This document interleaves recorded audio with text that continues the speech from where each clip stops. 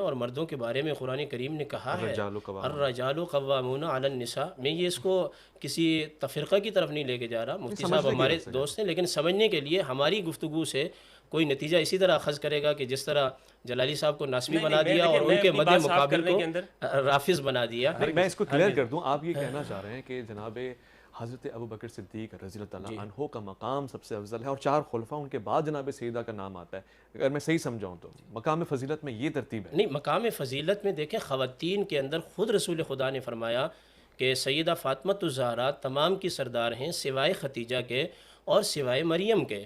تو میں یہ کہنا چاہتا ہوں کہ قبلہ مفتی صاحب کا موقف اپنے تئیں ٹھیک ہے، ان کی اپنا جو تحقیق ہے، لیکن ان کی بات کے اندر نقص تو یہاں ہی وارد ہو گیا. اہل سنت کے یہاں ڈبل سٹینڈرڈ بہت ہیں اویس بھائی، اہل سنت ہر جگہ پھنستے ہیں. آپ ان سے پوچھیں نا کہ افضل کون ہے تو یہ آپ سے کہیں گے کہ حضرت ابوبکر افضل ہیں سب سے، پھر حضرت عمر، پھر عثمان، پھر حضرت علی. ٹھیک ہے، پھر عشرہ مبشرہ.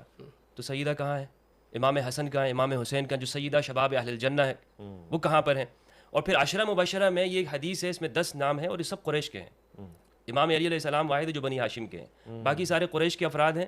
کوئی ایک انصاری صحابی اس میں نہیں ہے. انصار صحابہ کی کیا فضیلت ہے؟ جن سے محبت رکھنا ایمان ہے اور بغض کرنا نفاق ہے، جنہوں نے اسلام کے لیے سب سے زیادہ قربانیاں دی. قریش جو مہاجر طبقہ تھا انہیں اپنے گھروں کے اندر لا کے ٹھہرایا، ان کے لیے اپنی بیویاں تک طلاق کرنے کی انہوں نے اپنی اجازت دے دی. اس طبقے کا کوئی ذکر نہیں ہے. قرآن مہاجر اور انصار دونوں کا ذکر کرتا ہے، السابقون الاولون من المہاجرین والانصار.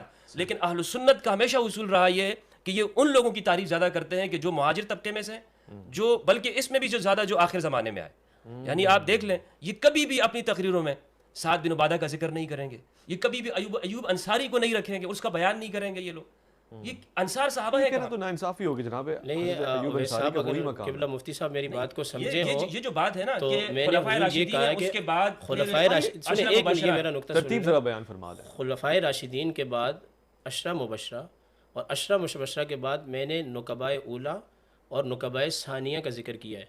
اور مفتی صاحب بخوبی جانتے ہیں کہ نقبائے اولیٰ جو ہیں یہ 7 یا 10 افراد وہ ہیں جو مدینہ کے تھے اور انہوں نے آ کے حج کے ایام میں سرکار کی مکی زندگی میں اسلام قبول کیا، اور 70 افراد وہ تھے جو دوسرے سال آئے. تو ہم آلریڈی مہاجرین صحابہ کی تعریف تو کر رہے ہیں، لیکن بات یہ ہے کہ قبلہ مفتی صاحب یہ بھی تو ہمیں بتائیں نا کہ جو مرد تھے اصحاب رسول، ان کی فضیلت کو مفسرین کرام نے بھی بیان کیا، محدثین کرام نے بھی بیان کیا. میں نہیں کر رہا، یہ شروع سے کیا ہوا آ رہا ہے. لیکن مجھے یہ بتائیں نا کہ خواتین کی بھی کیٹیگری مفسرین کرام نے بنائی ہو، سوائے اس کے کہ جو سرکار دو عالم صلی اللہ علیہ وسلم کی حدیثیں ہیں. یہ بھی تو ہمیں بتایا جائے نا. اور پھر مفتی صاحب نے خود پڑھا ہے، مفسرین کو چھوڑیں. جب قرآن نے بیان کر دیا ایک سابق طبقہ ہے، ایک ان میں مہاجر اور ایک انصار طبقہ ہے، قرآن نے بیان کر دیا، آپ مفسرین کی کیا بات کرتے ہیں؟ آپ نے خود ابھی فرمایا کہ فاطمۃ الزہرا